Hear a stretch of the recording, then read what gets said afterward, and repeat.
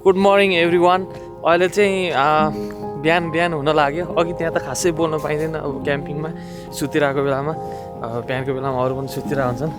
तर अहिले हामी चाहिँ अब थ्री सिस्टर जाँदैछौँ मर्निङ हाइक गर्न, थ्री सिस्टर सनराइज हेर्न, मर्निङ हाइक गर्न। करिब आधा घन्टा जति प्रिन्सेस हेनरी क्लिफ हिँडेपछि हामी इको पोइन्ट पुग्दछौँ। अहिले चाहिँ हामी यहाँ इको पोइन्टमा छौँ सनराइज हेर्न आएको थ्री सिस्टरमा। अरू बेला चाहिँ सधैँ हामी अलिक ढिला हुन्थ्यो सनराइज हेर्न। आई होप आज चाहिँ अलिक राम्रो देखिन्छ होला ब्लू माउन्टेनमा फर्स्ट टाइम। बिहानीको समय चिसो मौसमसँगै उभिएका यी चट्टानहरू इन्डिजिनियस समुदायका 3 दिदीबहिनीहरूको प्रेम र युद्धसँग सम्बन्धित छ र यो अस्ट्रेलियाको एकदमै पपुलर टुरिस्ट डेस्टिनेसन पनि हो। अलराइट एभ्रिवान, हामी चाहिँ अब यहाँबाट तल जाइन्ट स्टेयर्स भन्छ, थ्री सिस्टर भन्दा मुनि पनि जान मिल्छ हाइकिङ गरेर। हामी चाहिँ त्यो जाइन्ट स्टेयर्स कटेर त्यहाँबाट चाहिँ टक्क सिनिक वर्ल्डसम्म जान्छौँ होइन, कटुम्बा फल्सको बेस हुँदै। अनि त्यसपछि हामी हाम्रो पार्किङमा जानेछौँ। लगभग बिहानको समयमा 2.5 घन्टाको हाइक हुनेछ भिडियो फोटो गरेर।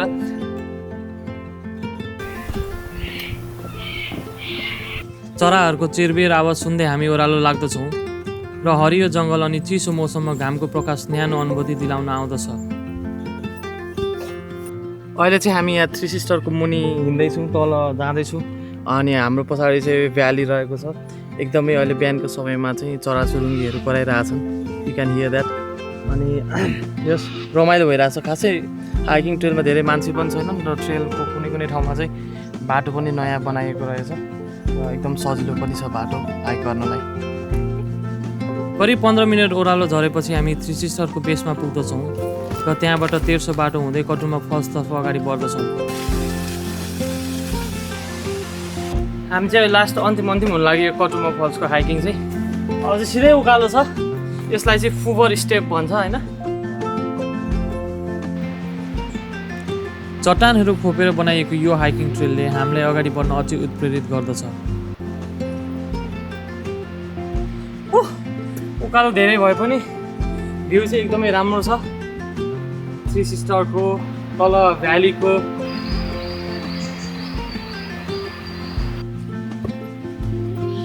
अब चाहिँ हामी हिजोको कटुम्बा फल्सको लुकआउटमा जाँदैछौँ। ठुलो भिर, हरियो जङ्गल अनि बिचबाट बगिरहेको यो झरना एकदमै मनोरम देखिन्छ। अनि यो झरनाको दृश्य सँगसँगै हामी क्याम्पिङ स्पोट फर्केर खाजा खान्छौँ।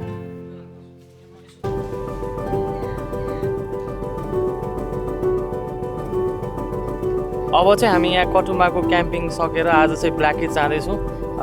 तर फर्स्टमा चाहिँ अब लेउरामा हाम्रो ड्रोन सट छ होइन त। Yeah so we gonna fly our first drone shot in Leura. अनि भेरी एक्साइटिङ। अब थाहा छैन वाट वी गोना डु। यो चाहिँ हाम्रो लागि फर्स्ट हो, तर एकदमै प्लिजिङ डे छ, एकदमै रमाइलो छ। वरिपरि घाम पनि मजाले लागिरहेछ आज। सो डे 2 मा हामीले नयाँ कपडाहरू लगाएको छौँ। अब चेन्ज त गर्नु परि नै गयो होइन। अब no more hiking for today. So आज हाइकिङ छैन, त्यही भएर आज चाहिँ हामी मोस्टली धेरै चाहिँ हामीले ड्रोनको सट लिने कोसिस गर्नेछौँ। In 1.4 kilometers, turn right onto Gang Street. कटुम्बा वरपरको रमाइलो मेमोरीका साथ हामी कटुम्बा टुरिस्ट पार्कबाट निस्कन्छौँ अनि डिफ्रेन्ट लोकेसनमा ड्रोन उडाउनतर्फ अगाडि बढ्दछौँ।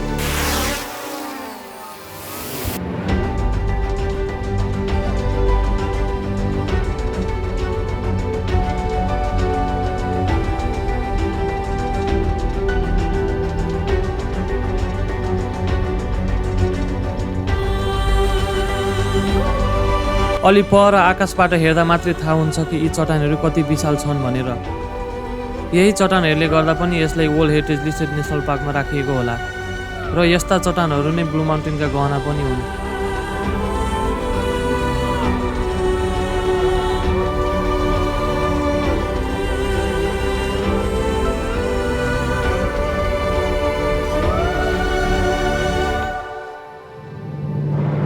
अलराइट अहिले चाहिँ हामी यहाँ ठक्क काहिल्स लुकआउट पोइन्ट त्यसै गरी बोस हेड लुकआउट पोइन्टमा छौँ अलिकति ढिला भयो यताउता घुम्दा घुम्दै तर एकदमै वेदर चाहिँ एकदम राम्रो छ अलिकति मान्छेहरू पनि बिजी छ आज शनिबार भएकोले ड्रोनको पनि ब्याट्री सकिन लाग्यो होइन त्यही भएर अब हामी एकैचोटि माउन्ट विल्सनमा जान्छौँ माउन्ट विल्सन यो अप्पर ब्लू माउन्टेनमा पर्ने एकदमै पपुलर टुरिस्टिक भिलेज हो अनि कटुमाबाट ब्ल्याक हिथ माउन्ट भिक्टोरिया हुँदै हाम्रो यात्रा अगाडि बढ्दछ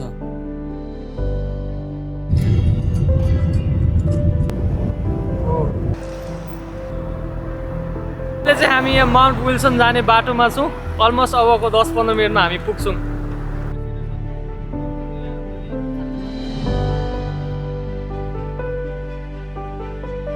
घुम्दा घुम्दै समय बितेको थाहा नै पाइएन र सूर्यले पनि क्षितिज टेक्ने लागेको रहेछ करिब 1 घन्टा जति गाडीमा हिँडेसँगै हामी अटमका रङ्गी बिरङ्गी रुखहरू देख्दछौँ र यो सँगै माउन्ट विल्सन पुगेको भान हुन्छ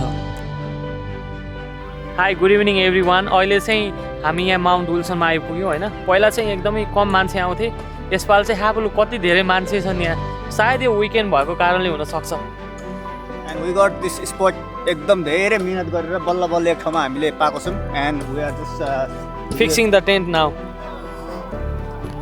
आजको हाम्रो यात्रा क्याथेड्रल फन रिजर्भको थियो र यहाँ आइपुगेर हेर्दा मात्रै थाहा हुन्छ कि यो कति ब्युटिफुल क्याम्प ग्राउन्ड छ भनेर टोयलेट बाहेक यहाँ चाहिने सबै सामानहरू आफै लिएर आउनु पर्दछ अनि यो फ्री क्याम्पिङ भएकाले बुकिङ गर्नु पर्दैन साथै जुन समयमा क्याम्पिङ गर्दा पनि हुन्छ हामी पनि हाम्रो टेन्ट सेटअप गर्दछौँ र डिनर खाने बन्दोबस्त मिलाउँछौँ अहिले चाहिँ हामी अब आजको डिनर चाहिँ नुडल्स खाँदैछौँ भेजिटेबल नुडल्स अनि एग अनि हाम्रो रोशनले चाहिँ यहाँ कफी बनाउँछ अब यो प्यान चाहिँ होइन कफी बनाउने अर्कै प्यानमा कफी बनाउँछ त्यसपछि हामी कफी खाँदै यहाँ डिनर खाएर अनि सुत्छौँ अनि भोलि चाहिँ अब we are going to brain hole garden हेर्दा एकदमै राम्रो देखिए पनि चिसो भने ज्यादै नै छ हामी चाहिँ नुडल पकाउँदैछौँ अहिले होइन अब पाक्न लाग्यो अन्डा नुडल अब थोरै मसला हालेर खान्छौँ I think it's gonna be good dinner बेलुकाको डिनरसँगै हामी सुत्ने तर्खर गर्दछौँ र हाम्रो आजको यात्रा यहीँ समाप्त हुन्छ